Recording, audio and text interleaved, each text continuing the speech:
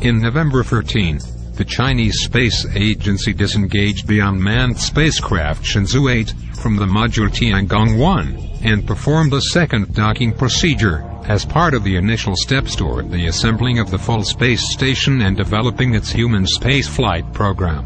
China will carry out 2 more space docking missions next year, and plans to establish its own orbital lab around 2016, and the ultimate goal, the multifunctional manned space station, around 2020.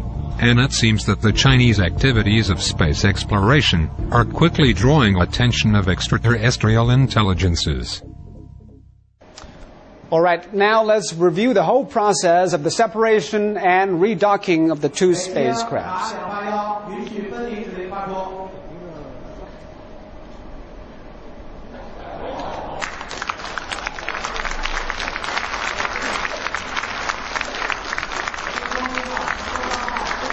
But this should be the separation of the 2 spacecrafts.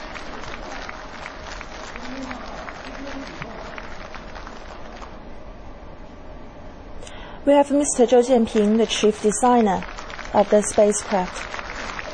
We hear loud applause when they announce the success of the docking.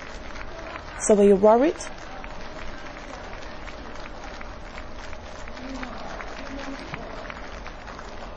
Well, for docking, we have to make a seamless one to make a perfect one. And we have to be able to disconnect them and redock them. So disconnection is a very important job. When we disconnect the 2 parts, it means the final success of our first docking. So as amateur, can you share with us the strength? Notice how a pulsating UFO appears from nowhere above the right solar array of Shenzhou-8 and passes in high speed by the Chinese spacecraft. I'm not quite sure, but it seems that it does a sudden stop and turns back before the Chinese TV cut to replay the undocking. And definitely it's no space debris, ice chunk or fuel particle.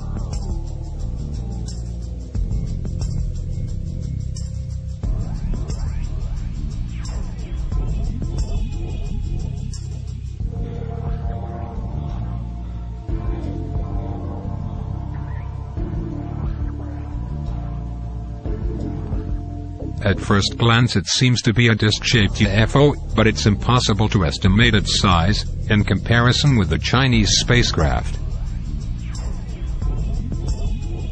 That's irrefutable evidence of an intelligent controlled object monitoring human activity in space, and it seems that the Chinese Space Agency is less worried and hide it than NASA.